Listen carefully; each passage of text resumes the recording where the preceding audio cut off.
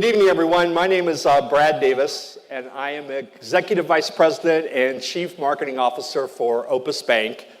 I wanted to tell you, many of you, I think, were here for this just over a year ago.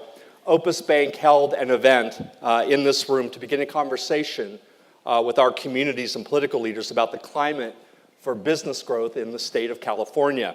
During the event, Stephen H. Gordon, our founding chairman, announced a commitment to California to provide $1 billion in capital funding to support business growth in the state. We wanted to support those people who had not only a vision for growth, but who were willing to grow and expand jobs within the state of California. And tonight we're anxious to tell you how that initiative is going. The same evening, we said that we believe that banks should stop selling their products and services and instead should begin a dialogue and help drive meaningful change about issues which are important to their communities, and that's exactly what we're going to do tonight. Our subject this evening is on that board up there, if you can see it. It's the state of California, 840 miles of coastline, a population greater than all of Canada, and the 6th largest economy in the world. And tonight, we're going to be talking about a vision for economic growth in the state of California. First, I want to thank all of you for joining us, and we want to recognize some people that we have in the room this evening. First, I want to introduce Lucy Dunn, who's President and CEO of the Orange County Business Council. Lucy, thank you for joining us tonight. Also, Sherry Friedenrich, who is the Orange County Treasurer, was here. Sherry, you're still here? Oh, there you are. I thought you had to leave. Hello, Sherry. Thank you.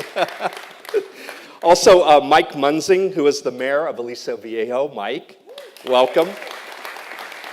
And also Brian Goodell.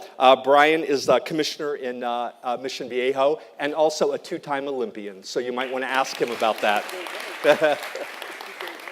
2 gold medals. Thank you all for being here. If you're on Twitter, please participate with us in the conversation this evening. We're using the hashtag #VisionForCalifornia, and we're going to be tweeting live all night long. I also want to thank our co-sponsors. I know one of them is over there, Nectar. Thank you very much for signing up tonight. Ruby's Diner was here, and also Modern Times Beer. It was awesome. It was a testament to our relationship. We made a call, and they showed up, and they served all the food and the drinks for tonight, and we really appreciate that. Thank you very much. And now our guest for this evening. This evening is going to be a powerhouse, I have to tell you. First, Emil Haddad.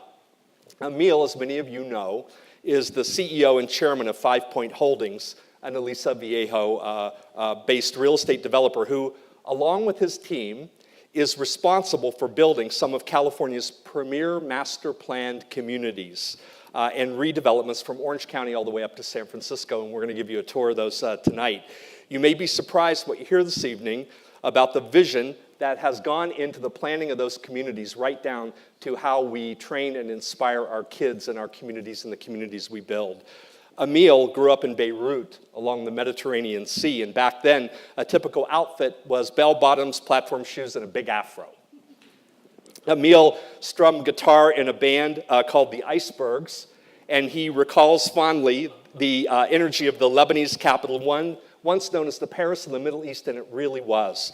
The building he grew up in had a hospital, a bank, a hairdresser, and residential units. He says nearly half a dozen cafes were open almost all night long, and he really loved it there. He said he was in love with the place, and it no doubt, and you'll hear how this happened tonight, influenced the communities that he's building today.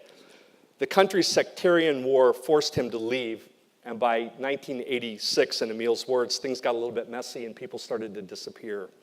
He had earned an engineering degree from American University in Beirut, and he and his family settled eventually in Ventura County, and I want to tell you who the family was. Family was his fiance, an aunt, his parents, his brother, and his brother's girlfriend, right? And Emil said of the experience, overnight I was responsible for a lot of people, and if I realized that if I didn't do my job, they'd be on the streets. His first job was in construction. He secured it with his brother's help. And fast forward to 1996, which is a little bit like saying Lincoln grew up in a log cabin and then was president of the United States. Emil is a senior exec focused on land deals and joins the executive team at Lennar. Emil helped build up Lennar's presence in the region, and by 2006 was the company's chief investment officer. Many of you will remember that. In 2009, Five Point was spun off by Lennar. Emil became chief executive, and his new firm took some of Lennar's premier developments, including the Great Parks neighborhood in Irvine, Valencia and Newhall Ranch in Los Angeles County, and Hunters Point and Candlestick Park in San Francisco. Emil had a new and different vision for the developments. A growing number of people, he said, wanted more vibrant communities and didn't want to be in suburbia and have to commute to a job, and so they began to build cities, really. It was remarkable. 5 Point's master plan communities reflect his bet on urbanism. In other words, not creating housing, but creating vibrant cities. In his spare time, Emil serves as the chair of the Board of Trustees at the University of California Irvine Foundation. He sits on the real estate advisory boards of the University of California Irvine and the University of California Berkeley. He's also on the executive committee of the University of Southern California's Lusk Center for Real Estate and serves on the boards of PBS Southern California and Claremont Graduate University. His wife, Dinah, is here tonight. Welcome. We're glad to have you here. Everyone, please help me join me in welcoming Emil Haddad.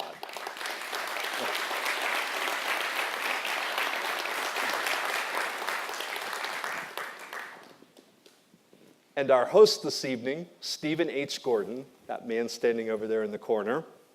Stephen grew up on the opposite side of the planet from Emil.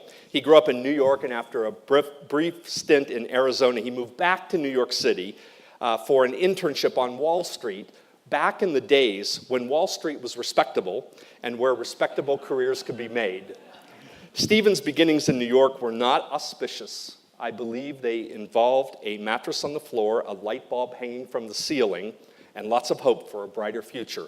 In fact, Stephen told me one time his defining moment was the day he could afford to no longer have to travel underground. Like Emil, and in hindsight, Stephen moved rapidly. He joined what is today one of the premier investment banking firms on Wall Street, Sandler O'Neill, which was born out of Bear Stearns, you may recall. As a young investment banker, Sandler assigned him to the Deep South, where there wasn't a lot of business he could mess up. It didn't work. He ended up becoming one of the youngest partners in the history of Wall Street. Sandler O'Neill turned out to be quite formative in Stephen's career. While at Sandler, he specialized in advising management and directors of underperforming, undercapitalized, and troubled financial institutions, so he knew early in his career what to avoid. He was founding chairman and CEO of Commercial Capital Bancorp here in Southern California, which he eventually sold to Washington Mutual in a $1 billion cash transaction, a long way from that light bulb hanging from the ceiling. In 2010, Stephen began building a powerhouse franchise when he established Opus Bank and grew it from an idea on paper just 5 years ago to one of the fastest growing banks in the Western region and in the entire United States, and it's now over $7 billion in assets. You'll hear that story in a second. And he did it based on the belief that the banking system was broken and that we needed to move banking forward by taking it back to a time when bankers respected their clients and clients respected their banker. And today, his banker's passion is being a partner for growth, not with loans, but with growth capital and with advisory services to successful entrepreneurs and business leaders up and down the West Coast. Stephen serves as a member of the UC Irvine Foundation Board of Trustees and as a member of the board of UCI Applied Innovation. He is also chairman of the Opus Community Foundation, which was founded at the same time as Opus Bank and which focuses its philanthropic efforts on the areas of affordable housing, community development, education, financial literacy, and the arts. Opus has already given nearly 500 grants to the communities where our bankers live and work. And I want to say that what Emil and Stephen share in common is that they have a passionate belief that we can make a difference, and they are making a difference by enabling the best thoughts and the best people in the communities, and that's the story we're about to hear tonight. Please welcome Stephen Gordon.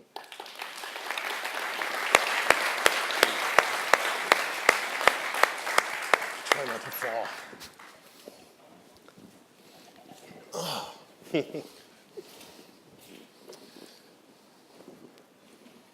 We have a map behind me. I hope you can see it. Got a little bit darker. Of the state of California. And you can see the presence that it has in the Western region, really, and the dominance it has in the entire region.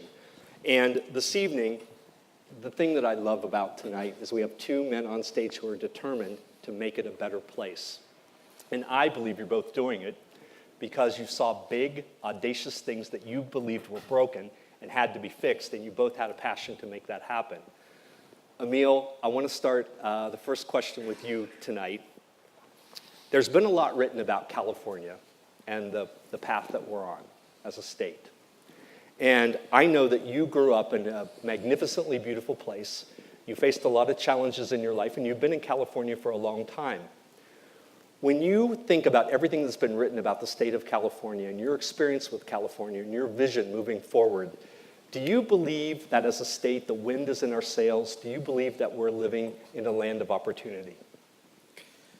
Well, it's interesting. I think California has the highest point and the lowest point, which I think is very symbolic because that's basically the story of California. I came to this country 30 years ago, and for 30 years, I've been hearing about the demise of California. Yet, when you look at what California has done and what it has contributed to the modern way of doing business, it's basically been the birthplace of everything, all the way from the movie industry to the PC to the internet to today, the largest startup companies in the world started here. So there's a disconnect between, I think, what we always read about in terms of the data and the benchmark and statistics that are being used to basically rank California and what actually we're seeing in terms of what the state is doing. Mm-hmm. And I'm starting to actually believe that maybe actually it's the matrix that's broken and it's not the state that's broken. Now, that doesn't mean we don't have issues. We definitely have issues in the state, and we have a lot of issues. But I am not one who is willing to believe that the state is on its way to being at the bottom. Mm-hmm. And I think that there's a lot of things that don't get highlighted about the state that are positive. And for people like Stephen and I, you can't wake up in the morning and have the passion to do what we want to do without looking at the positive side. Because if you're going to let the negativity and the noise of the negativity distract you, you're going to start feeling that you're digging yourself out of such a deep hole, and it's very discouraging. I tend to always look at where the opportunity is, and yes, there are certain things that need to be fixed, but we'll talk more about it, I'm sure. But that's my view on California. I'm a big fan of the state, and a big believer that the location of the state, the gateway to Asia, the amount of, we're seeing it firsthand. When you see in Irvine, 90% of our buyers are coming from the greater Asia. And greater Asia doesn't mean only China. Right. When you see how much today the bridges are being built between the state, especially here in Orange County, which is, I think, an untold story, and the rest of the world, you have to sit down and say, it can't be that the state is on its way down. Mm-hmm. That's my view. It's interesting because you're saying the best and the worst all inside of one state. The Bank CEO magazine came out with the rankings again, that has California as being number 50 out of 50 states, ranking it as the worst business environment in the country. And yet, we're getting a lot accomplished here in California, and we're not amongst those who are choosing to leave the state or are looking for a way to game the system. And around us, we're sensing there's a tremendous amount of opportunity. It's every county that we're operating in is full of entrepreneurs with a vision, with an idea that want to accomplish something, and they're choosing to do it here. Now, there are those who just simply think about what they net, and they don't like paying taxes, and it is a high tax state. And when I think back to my New York years, in New York we used to talk about we paid federal, state, and city taxes, and that added up to something like 53%. And here in California, you only pay state and city, or state and federal and state, and it still adds up to 53%. And except for that, everyone talks about how beautiful it is here and what the environment is like here, and it is uniquely different. But there is a tremendous entrepreneurial feeling here in California, and I think we just need to be careful about not building an economy built on one sole sector. And now there's a lot of talk about revenue out of the state of California, tax revenue is coming out of tech. Yeah. And I've seen it where California built it upon defense, built it upon .com, and now building it upon tech. And at the end of the last decade, we know how that ended, Right. It was built upon real estate. So I think we just need to be careful, make sure that we've got a very diverse economy here in California, and then I think things will do just fine. Well, let me ask you something, because it occurs to me that you're sitting on probably what are one of the best yardsticks possible, because you remember a year and a half ago, we sat in here and you made a commitment to provide $1 billion in capital funding to businesses that agreed to expand and grow within the state of California. I was just in a good mood that day. We were hoping it would get repeated. Tell us how that's going. All right, so that was roughly a year ago, and we committed $1 billion, and we felt like that sounds like a nice number. That's a good number. That should be able to be impactful. But we're also talking about the 6th largest economy or 7th largest economy in the world. Yeah. So the idea of doing it alone, you can't accomplish that. But our view, in terms of having a major impact on the economy, Right. but our view has been that if we have to wait until the administration fixes the economy or improves the economy from the top down, we may be waiting a very, very long time. That's true. So I think it's incumbent on those of us who have the ability to impact the economy to truly grab onto that, embrace it, and impact the economy from the bottom up. Well, let me ask So you, we made did you find $1 billion in great ideas out there? Well, we found $1 billion. But we committed the $1 billion, and today we're at about 900 million of the $1 billion that we have put out into the economy to back companies that are expanding and growing and electing to do so and committed to doing so here in the state of California. And I like to think, hopefully, as a direct result of that, as a byproduct, creating jobs in the state of California. So I feel pretty good about that, and I don't think about it in terms of we got 100 million to go and we're at $1 billion and we're going to throw a party. It's not, it's an ongoing effort. And as a matter of fact, tonight, I'm feeling in a good mood again. So no, we're going to continue. We're going to re-up that, so to speak, and we're going to commit another $1 billion into over this next 12 months going forward.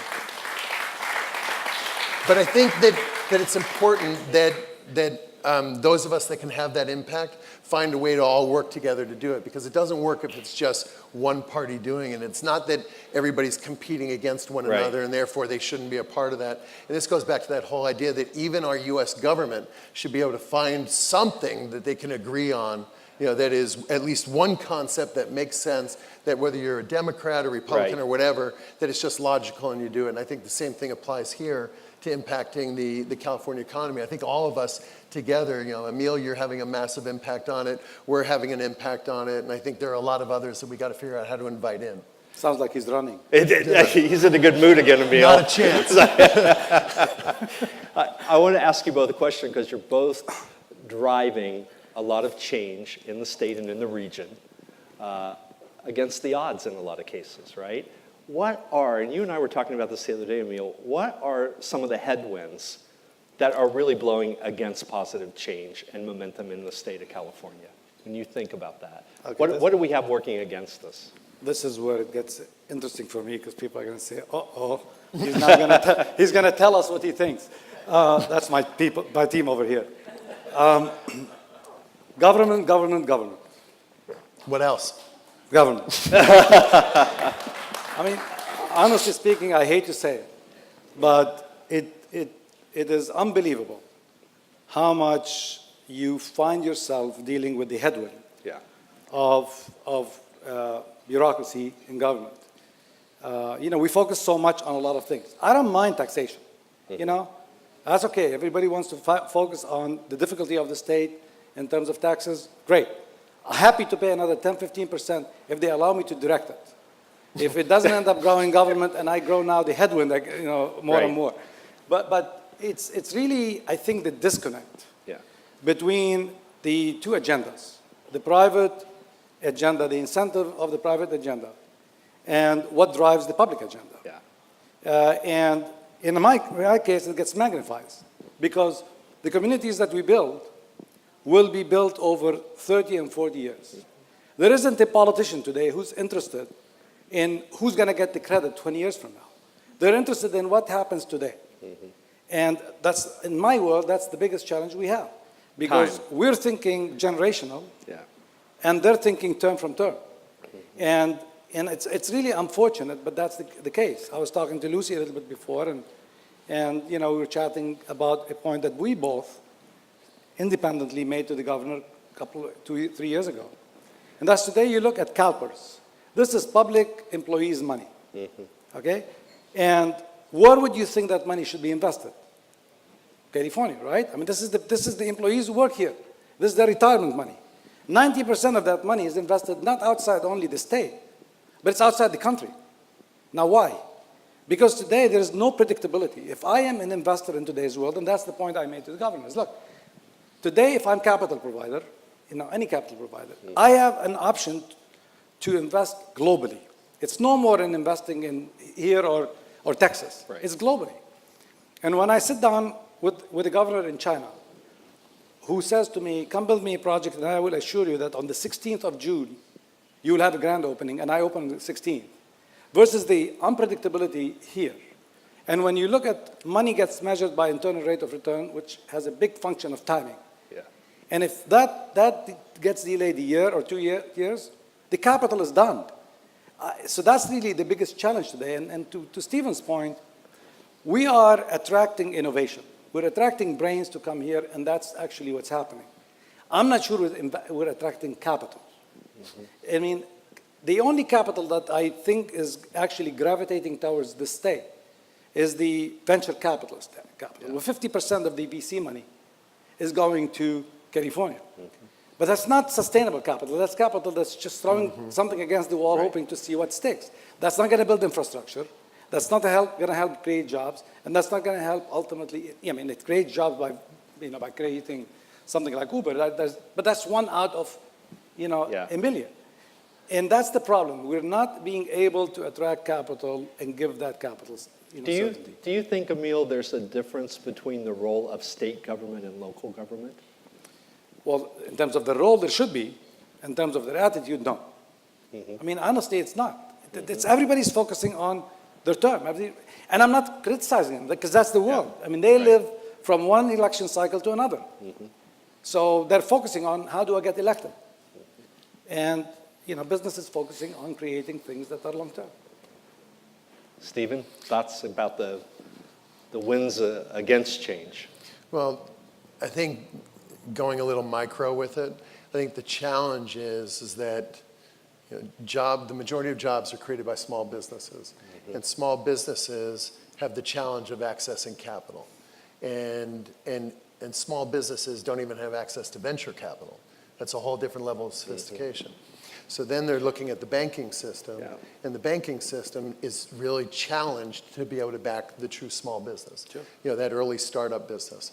And the banking system is not really set up from a regulatory standpoint or balance sheet risk standpoint to be able to support that new startup business and back that business without taking undue regulatory risk, credit risk, et cetera.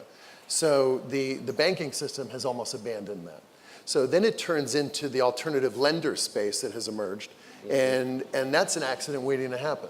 So what they're doing is coming in and backing small businesses, and the numbers kind of look like the rate is at somewhere 12, 13%. But if you actually look at the fact that the guy's got to pay every week, and compounded, he's really paying more like 25, 30%. And that's a small business that you're trying to enable to expand and grow. And if anything, you're actually gouging the earnings out of the company.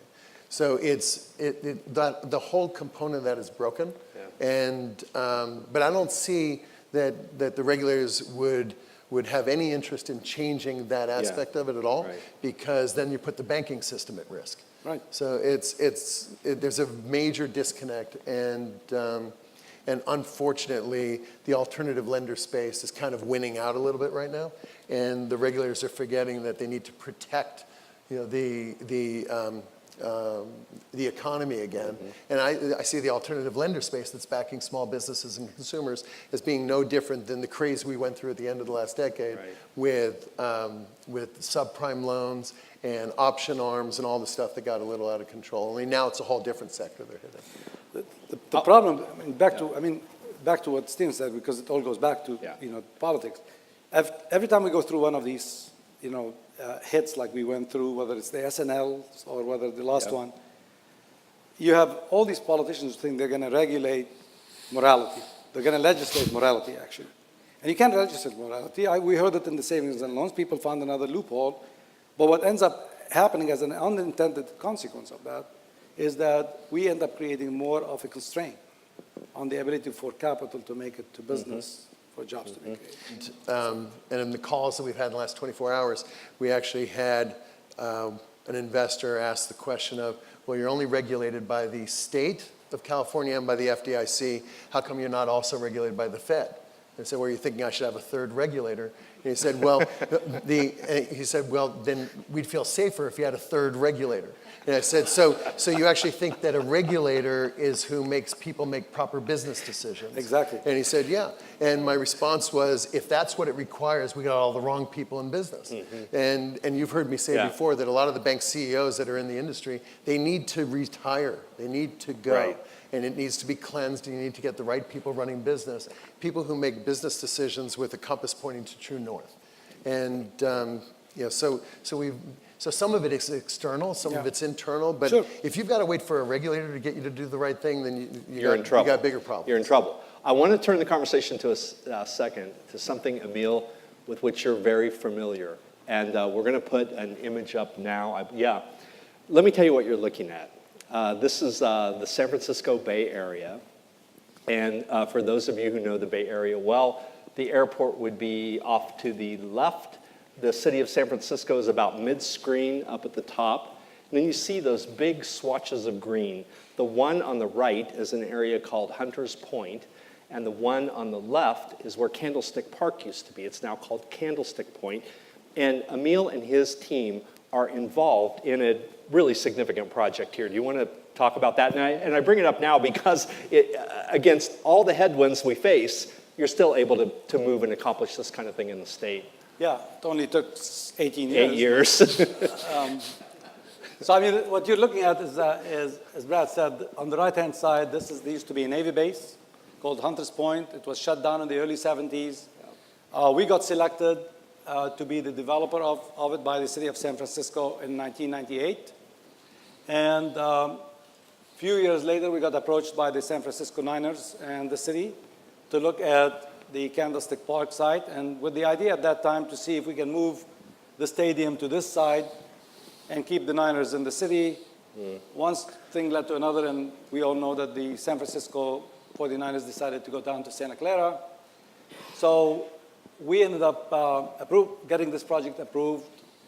In the middle of the green over there, on top of the hill, you can't see it, unfortunately, I don't have a pointer. There are homes being built, and we already have about 100 families living there. When we call families, there's a lot of actually young couples that are moving there. On the left-hand side, right at the furthest point on the left is where the stadium used to be. Now the stadium is down, and we are very shortly, we will start building an outlet mall over there. That will be a high-end outlet mall. And this is going to be actually a very interesting community, but because this will be a new frontier with 12,000 homes and about 4.5 million square feet of commercial. There's entertainment. And we're actually right now working on water taxis program that are Uber style that will connect the city to this. But I think that the thing that I think is interesting about it is that the deal that we did on this wasn't that an acquisition. It was actually a deal with the federal government and the state to where we got the base for $1. And we committed to a lot of social obligations, because this is a community that's surrounded by an African-American community that really suffered a lot as a result of the base closure. So whereas in typical land development, you will be talking about things that like a golf course and amenities and a clubhouse and how much you paid for the land. In this case, we really are providing 32% affordable housing here. We have a job training program where we take the kids from the streets. We put them in training in construction. Then we actually team up with local contractors who typically wouldn't do a project for more than $100,000. And we're putting these kids with those local contractors who are now doing a lot of the work over here. And honestly, we're having to go back and redo the work for them. But it's really getting a community to really be engaged. And it's fascinating to see how much that has created now a grassroots effort to embrace a developer. Yeah. Versus the feeling we've always had where every time we go into a community, we're the parasites and we're rejected. So that's what this is. This is going to be a very interesting new addition to the city. And right above it is where the Warriors Stadium is going to go. And I wish they would have won, but they didn't. Yes. And then we also have Treasure Island, actually, which is right in the middle of there. That's showing. So that's what we're doing in San Francisco. It's all urban development.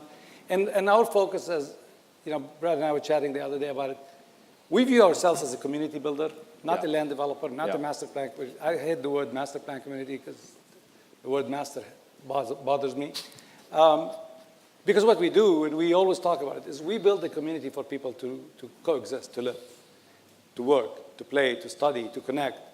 And it happens to be that the grass and concrete are components of that. But at the end of the day, our success is measured by the quality of life that's created and the amount of energy that's created within a community. We view our role as building mini cities, and we look to great cities in the world and say, what makes a great city a great city?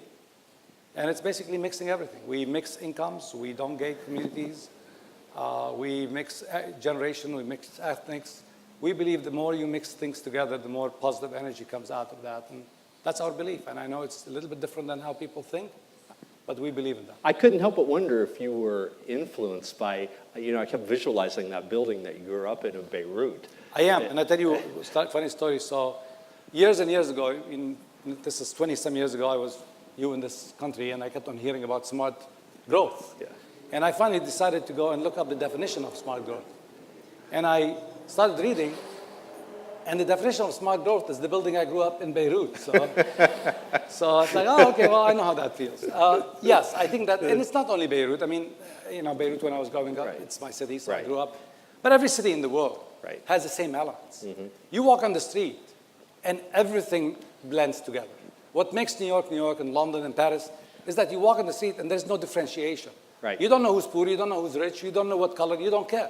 It's the energy that comes out of that. But the whole concept of suburbia, right, from the 60s, that really is disappearing. It is, and not to take all the time, but I think that I believe that what happened in this country is that we had a perfect storm that happened after World War II. Infrastructure that was built because of the Great Depression that opened up a lot of areas for development. Dual income after men came back from war. Mm-hmm. And then the amount of love that people had for the automobile with new highways and new cars. So it was easy to get a new car, drive 10 minutes out and buy the white picket fence. And then the most important thing is government subsidy of mortgages. Yeah. Well, that created an industry that became called the home building industry. All was created in the early 50s. And the growth of this country for many decades after that was artificial. It was a leap until we started seeing pushback from environmental movements as well as from demand. And today, I think that as we look ahead into the generations that are going to be in the consumption business, I don't think that's what they're looking for. It's interesting because the change really was driven from the bottom up in many respects, right? It's demographic. Rather than from the top down. Before you go, I'm hearing a lot of energy and passion out of you. What changed from, or has anything changed from when you were doing this at Lennar to now that you're running this on your own? Well, nothing has changed except that, this was a business that was foreign, a foreign body within Lennar, a publicly traded home building company. And this was really a startup. So we always used to call this as a closet business because if we would have spoken a lot about this, it would have confused the analysts who like to look at Lennar and measure that Lennar to Pulte and peers. So we kept this, very quiet, and we did it all, in partnerships in different ways. I think that in 2009, when I made the decision to take this and create a business out of it, we started actually talking more openly about it. But the last week we had our first board meeting, the new company's board meeting, and John Jaffe, who is a friend of both of ours, told the board that 21 years ago we were having dinner, the two of us with our wives for the first time after we met.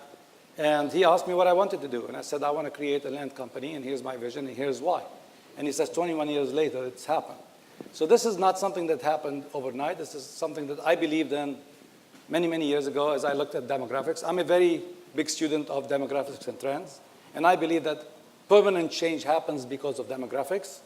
And today, when you look at the demographics, you know, it's interesting today. I'm still reading articles talking about the millennials, and as if they're young and coming up. And the youngest one is actually just got into the workforce. They're 22. Yeah. And today, what we need to talk about is Gen Z, which is going to be the next generation, and that's going to be really the focus of everybody. But somehow we always talk about things that happened already. Well, I want to follow up with a question about that, because I'll tell you something I see you both have in common. I met with you a couple weeks ago, Emil, and you walked into the room with a millennial who sat at the table during the entire meeting. And tonight, Stephen, you have 12 millennials in the room. They're interns at Opus Bank. They come from the best. Where are the other 6? They come from they couldn't make it. They come from, I knew you were going to count. I knew it. No, we have 18 interns this summer, and only 12 made it. We do. Oh, where the other sit down? Yeah, where are the 6? There are 18 interns now you got in the people room in trouble. tonight. No, it's because they're millennials. Yeah. Sorry, go on. That's all right. So these millennials come from the best colleges and universities, right? So there's something that you're both doing. It seems like it's in your DNA, and I want you to talk about it for a second, because you're both bringing millennials to the table. And how important do you believe it is to have that generation at the table when you're planning and you're looking at the future? No, I think it's huge, and we do it for a couple of reasons. One, because back to that first internship that I had no idea what I wanted to do with my life, and that internship shaped me. You know, it helped me figure out what I wanted to do, what I didn't want to do, and it made all the difference in my career. So I've always felt that it's important that that we have that program, that we give back. I did this back at Commercial Capital. We do it here, and it's not. It's not making coffee and filing. They're working on real live stuff with us, real live deals. They've watched us through this capital raise that we just did. They're involved in underwriting loans. They're involved in M&A activity. They're entrenched in the middle of all this stuff. But the other reason I do it is because the banking industry is a sleepy and stodgy industry. Yeah. And it's going through so much change. There's a collision going on between fintech and banking. There's a collision going on between all of the different generations that are passing through the banking industry, meaning that some clients absolutely want to walk into a branch. Some clients only want to bank online and mobile. And some clients, they think that a branch is an iPhone. A bank is an iPhone. That's all there is to it. And my feeling is that our interns every year need to challenge us and wake us up a little bit and shake up the institution, turn it upside down, and help us become more thoughtful and efficient in what we do. And it's exactly what we do. And I tell them on the first day that they show up that once they find their voice within the company, that they must challenge us. And if there's something that we're doing that makes absolutely no sense and seems totally antiquated and absurd, that I want to hear about it, because we just might change how we're doing it. And that set of eyes, seeing the world from a whole different angle than we do, is critically important to us. Now, I also recognize that some of this is the entitled generation where every team, regardless of where you come in, you get a trophy, even if you came in last. and that's so there's a little bit of interesting stuff that I keep in mind. I think I heard a story just today that we had an intern that was upset with what desk we gave them. I mean, they felt that that the desk we gave them was a little too far from where they wanted to sit. And apparently, one of our senior bankers took care of that pretty well. You made it very clear they're we now lucky to know have a why. seat. Now I know why one of the six is not here. No, well, sometimes the greatest thing that we can do for this generation is tell them as we see it, because maybe their parents aren't. Well, they're gonna look. They're gonna face that reality in the workforce. Yeah, it's Yeah. going to be Because, every day in the you know, workforce. that's the real world, and you know they're gonna see it, and they're seeing it. Why do you have millennials at the table? Why did you bring a millennial to Well, the I mean, a table lot with of the you? same reasons, but I mean, first of all, I want to talk to the future, not the past. You know, I'm tired of every time I talk to people my age, they start telling me about their cholesterol and blood pressure. That's how the conversation always starts. That's high blood pressure. So I want to talk about something that actually pumps me up, not down.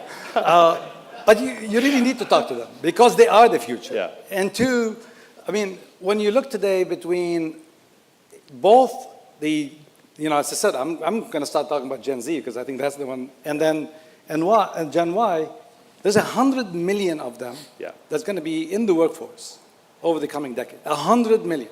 That's it.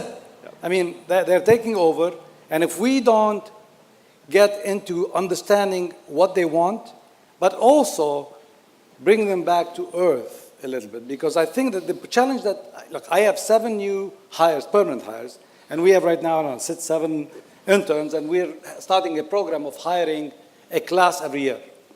And so one of the reasons we do it is because our industry is really doesn't have a bench.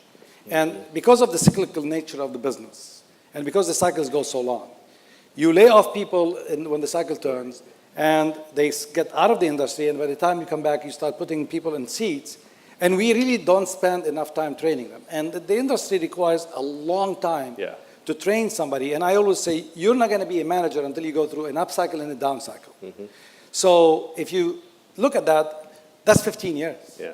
So we right now have a program of training. And our view is that our generation, my daughter is 25, she works for me.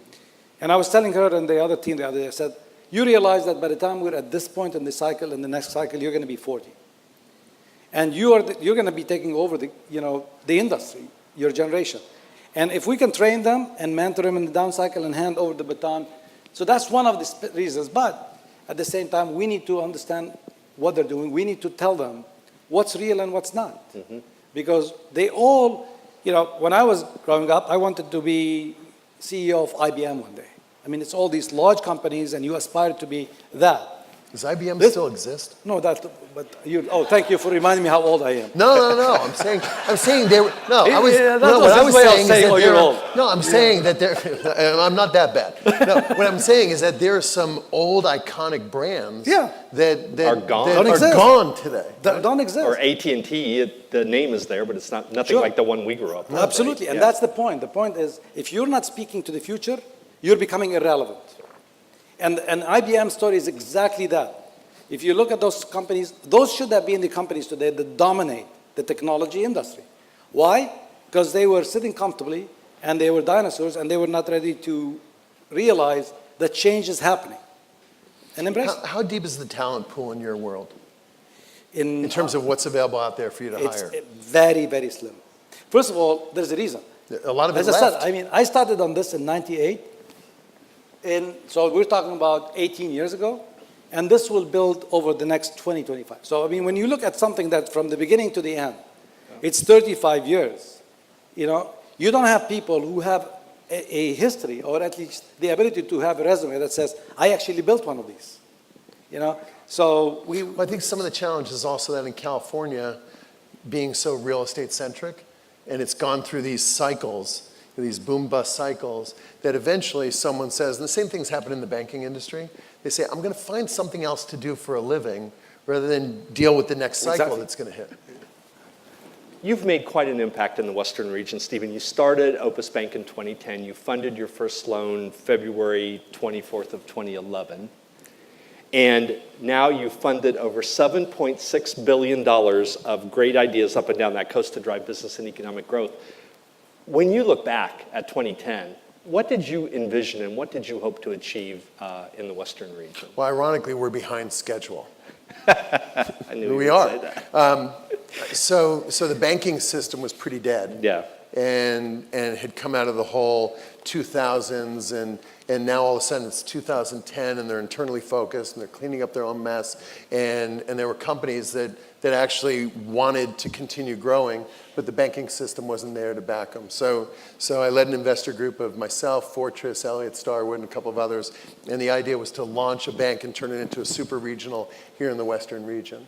And to that end, you know, we did a couple of bank acquisitions. We did a lot of organic lending. This year is going to be like $2.5 billion of new loan fundings.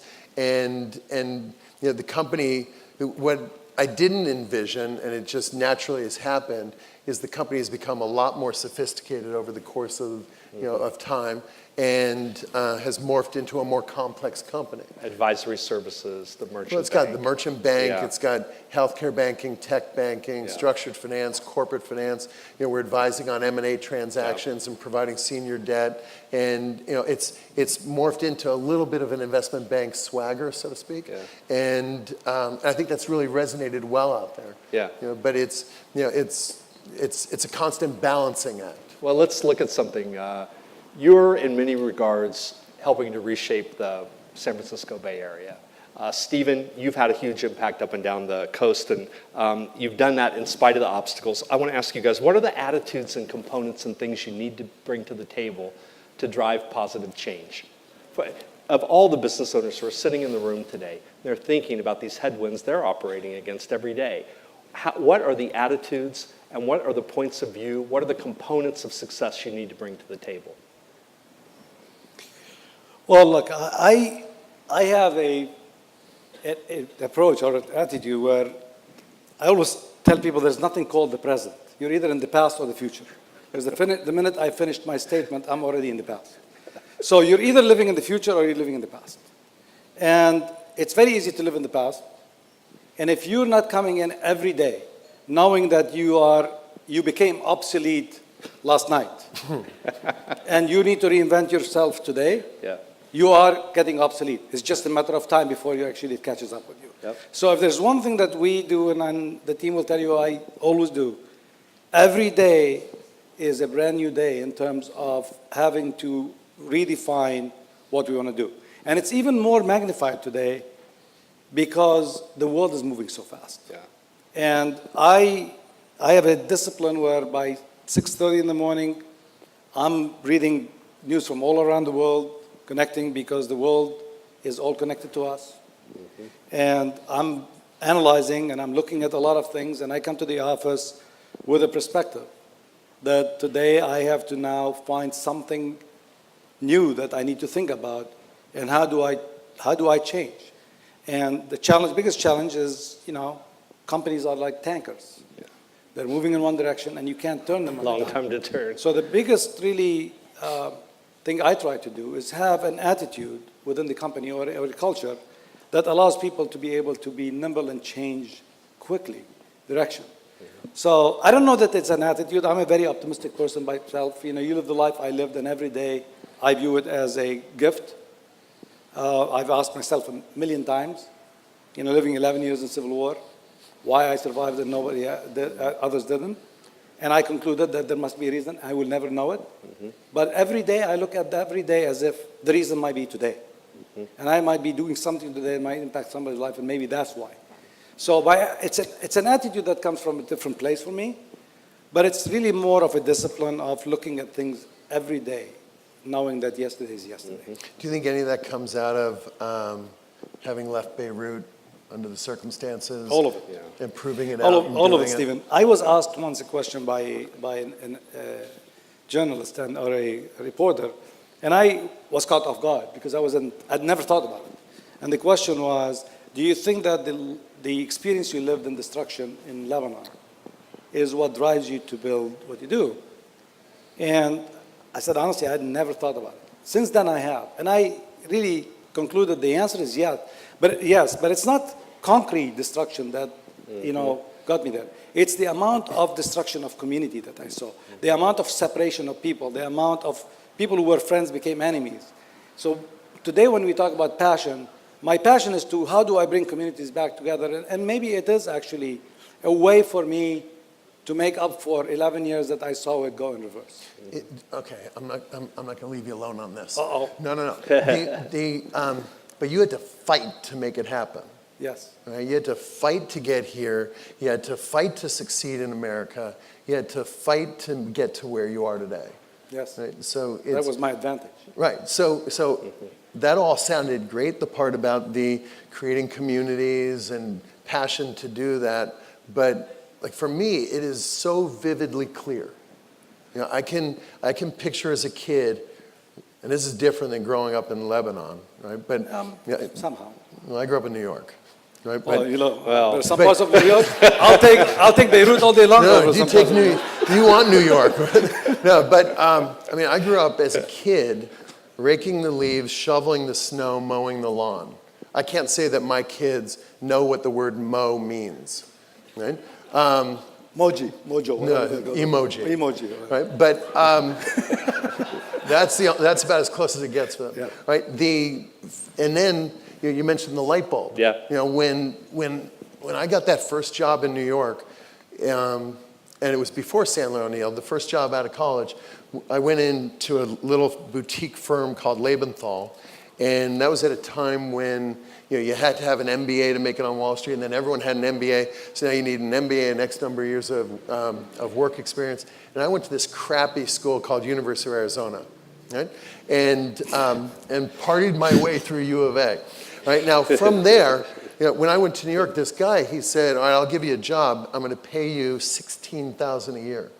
And I knew exactly to the dollar what it would cost me to live in New York. Right. And I negotiated them like hell, all the way up to $18,000 a year. And I thought I accomplished a lot. And all that meant was I could pay my rent, and I could go to the corner grocer, and I learned very quickly that when I go and weigh that salad at the salad bar, that cottage cheese weighs too much, and it's going to cost me too much, and the Thousand Island dressing was too heavy also. Right? So I figured out how to make $20 come out of an ATM machine and make it last.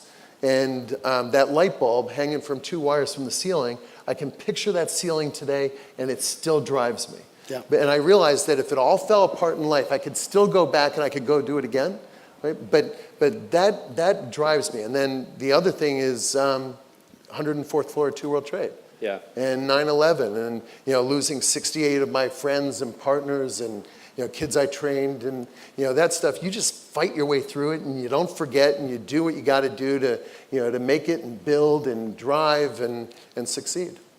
Where was Sandler O'Neill located in? 104th floor of 2 World Yeah. Trade. And how many people were lost? 86. 66, 68, 60, yeah. 66. Yeah. Incredible impact on you and your life. What? But the fact that everyone came back and rebuilt the firm, Yeah. and, Into what it and is today. reached into their soul and fought and decided to do it, that's the kind of stuff that it drives you and inspires you. But you know what? I'm going to actually defend the younger generation a little bit, because I think we're not giving them enough credit. First of all, I totally agree with you. They don't have that. And I think you and I worked very hard in order for them not to have to go through what we went through with the hope. And you're not going to be able to simulate it. I mean, you're not going to simulate the light bulb to your daughters. You can't. But I think this generation has a lot of things we didn't have either. They're a hell of a lot smarter than And we I are. think they're very confident. They are totally blind to a lot of the issues that I think dragged society down, Yeah. whether it's race, whether it's income and all that. This is the first generation in this country that I think is going to be totally free of a lot of the issues that I think drag us down. Yeah. And a lot of issues that we decided in this country to sugarcoat or mask and assume that they went away. And if you don't believe it, listen to the rhetoric right now in the presidential election to know that those never went away. Yeah. They just got basically masked over. And this is the first generation that I think is going to be free from that. And I think as a result of that and their confidence to sit down and have a conversation with you, because I always say when I was young and somebody of power or older would have made a statement, I would have taken it at face value. I was too lazy to go to look at Britannica and come up with the right answer, so it was right. This generation challenges you on that, not in a rude way, but they have it right there, which is enabling them to have a conversation at multiple levels. Yeah. And I think that this generation is going to have more tools than we are giving them credit. They won't have the upbringing that you and I had. And the question is, are they going to have less of a drive because of that or no? We'll see. No, I think they just work differently. Yeah. They're smarter. They've got greater access to information. That information is extraordinarily powerful, and they're able to accomplish stuff in a fraction of the time that we can. And you're right. They're pretty gutsy around. They're not around afraid. seniority. They're not afraid. Not at all. And in some environments, people are offended by it, and in other environments, they're encouraged. In our Right. place, they're encouraged. Right. And they should be encouraged, right? If you really go and look at the difference between the Gen Ys and the Gen Z and the environment that they both grew up, I actually think the incentive for Gen Y and the motivation is going to come from the challenge that the younger generation has given them, because I think the younger generation doesn't have the same entitlement issues, because this is a generation that grew post 9/11 with a lot of issues, a lot of the things, and if you really look at what's driving them, is different. And I think that's going to be the first generation that's going to give the older generation a run for its money. Mm-hmm. But I think that we, there's something we got to do, though, in order to have that exponentially scale, which is, we all got to come together again and mentor. 100%. We've got to set the example. We've got to, because inside there, they still got to be able to talk to a human being, not just a screen. They've got to be able to carry themselves in a boardroom. They've got to be able to interact in a meeting. They've got to be able to communicate. And I think that's one of the challenges of this generation, because they've also grown up inside of a screen. But that's our responsibility. Yeah, that's and totally, you're that's both on us. You're both doing it by example. No, he's saying it's Hey, our responsibility that we've enabled them to grow up on with the screen in their face. But I think that's right. Both. Right? But we need to. There's. I was commenting that a millennial, wanted to be able to work with us, and at the same time they got to be able to interact with us, and they got to be able to communicate with us, not just show up and be there and do their thing.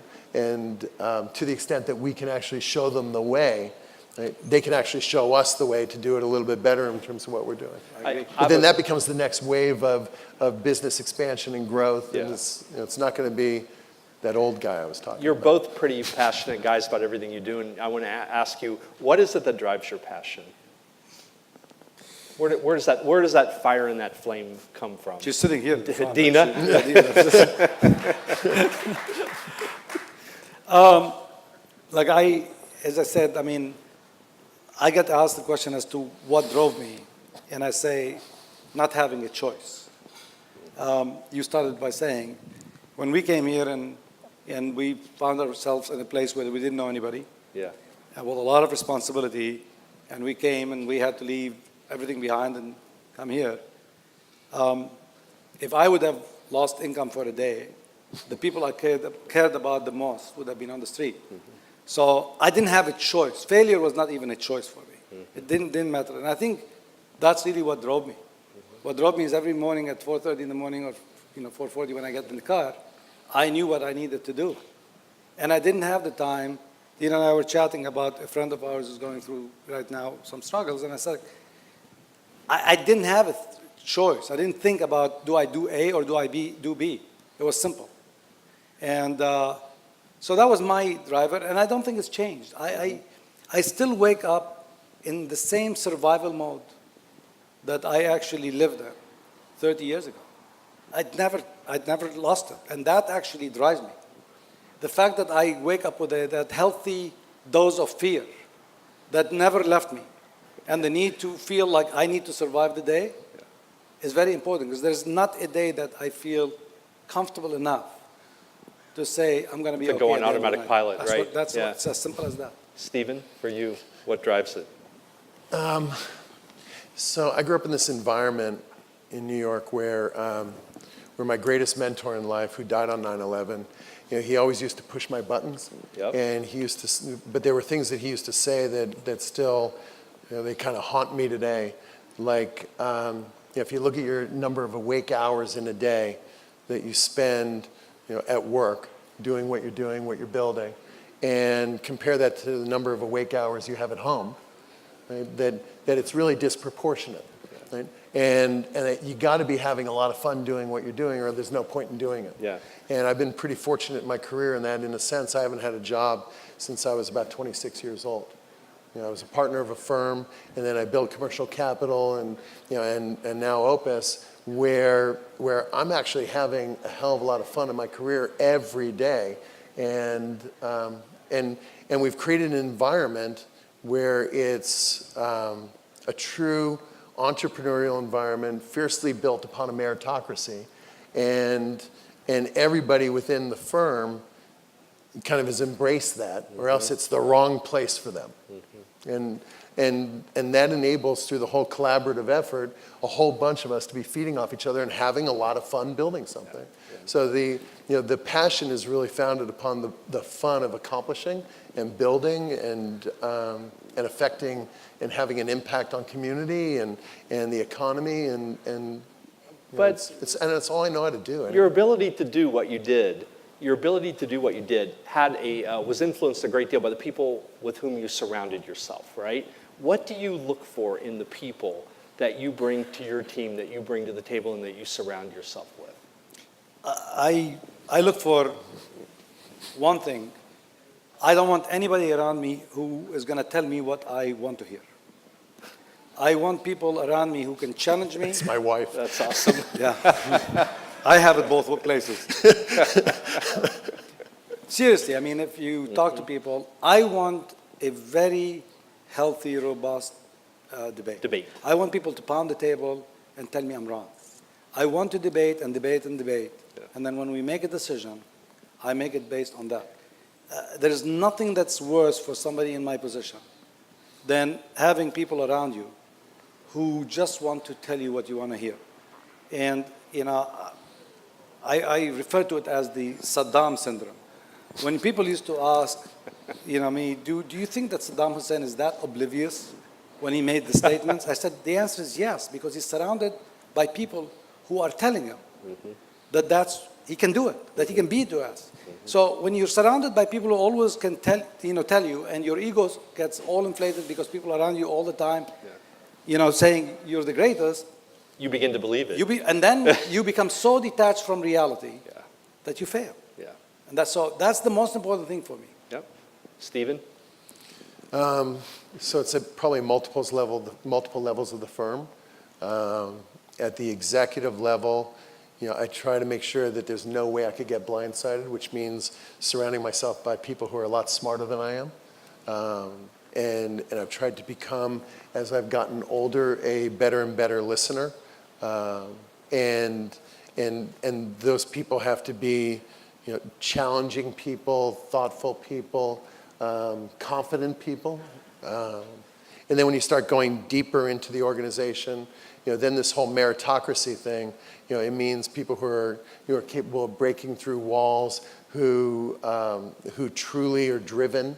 And I have this interesting advantage and disadvantage, and it's the New York perspective, where we all sat on the floor together, and there was nothing that we couldn't do if we set our minds to it. And I honestly believe that applies to everybody.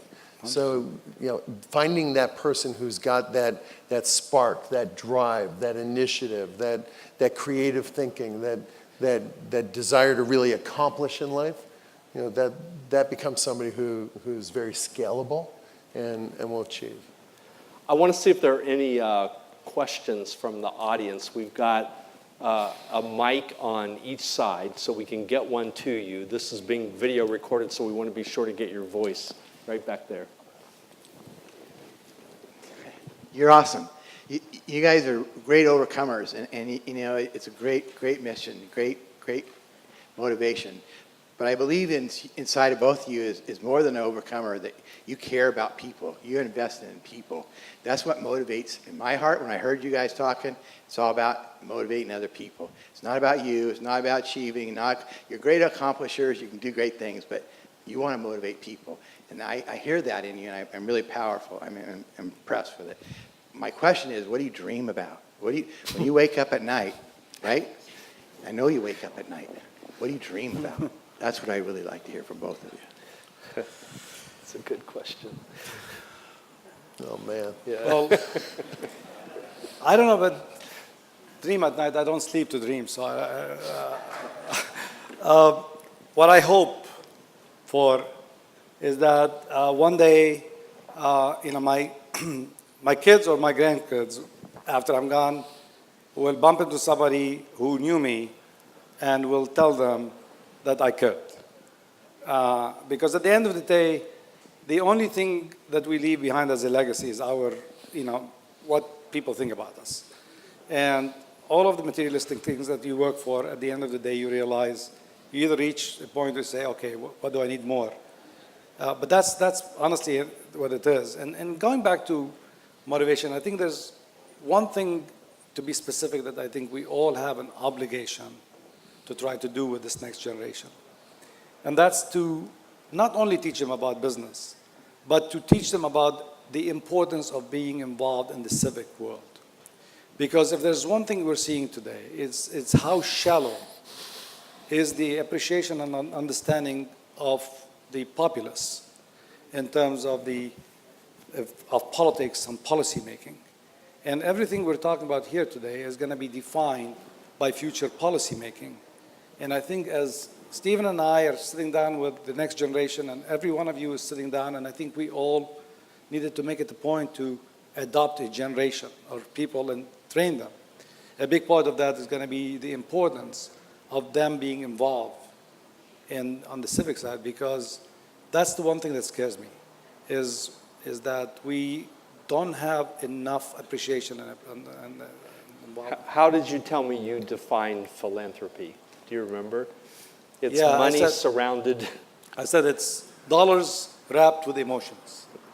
That's what philanthropy is. It's dollars wrapped with emotions. And I think you really need to find the emotional chord first before you talk about the dollars, because we're talking about something else. But that's, that's really what I hope for.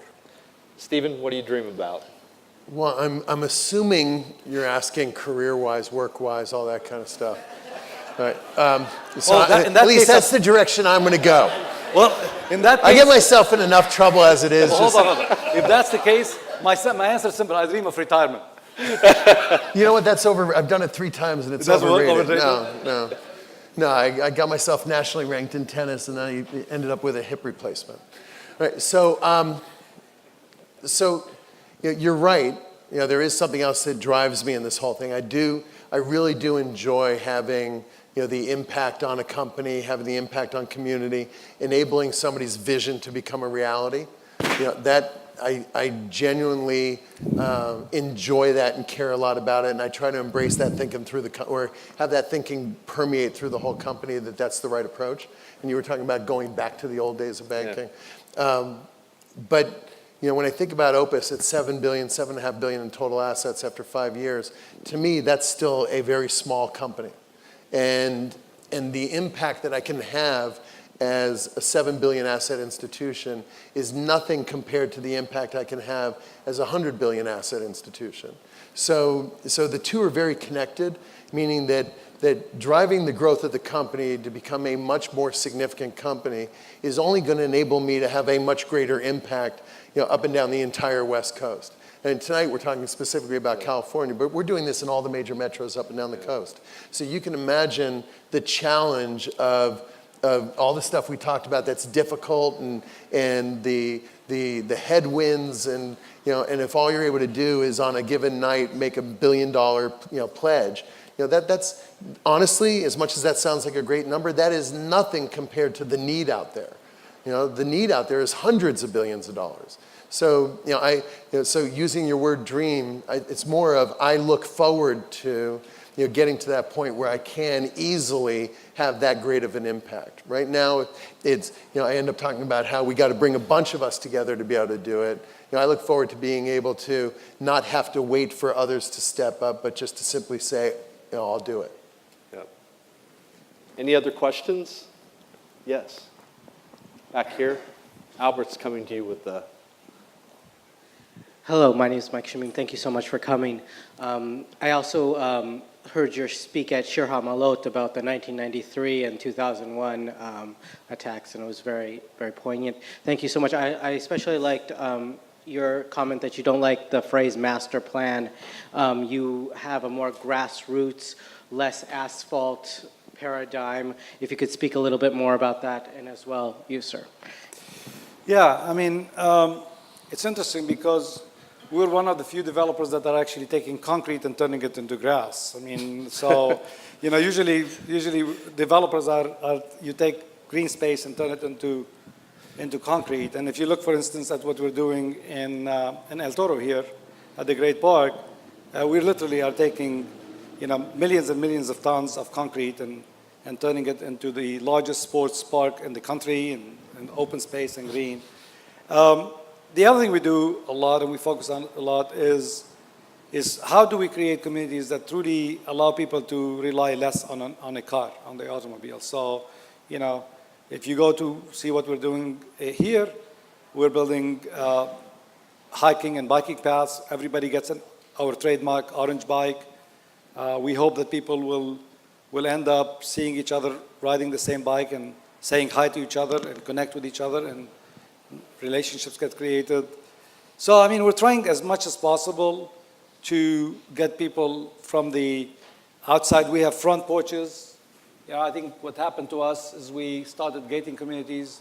So you have status by community, and then everybody drives their car into their garage and they go entertain in the backyard, and we lost the connectivity. So we're doing a lot of front porches, a lot of encouraging people to really go back, honestly, to basics. Go back to how this country actually used to live, you know, 50 years ago, when people used to ride bikes and there were front porches and neighbors knew each other and people connected in different ways. And there was the local grocer and the local newspaper even.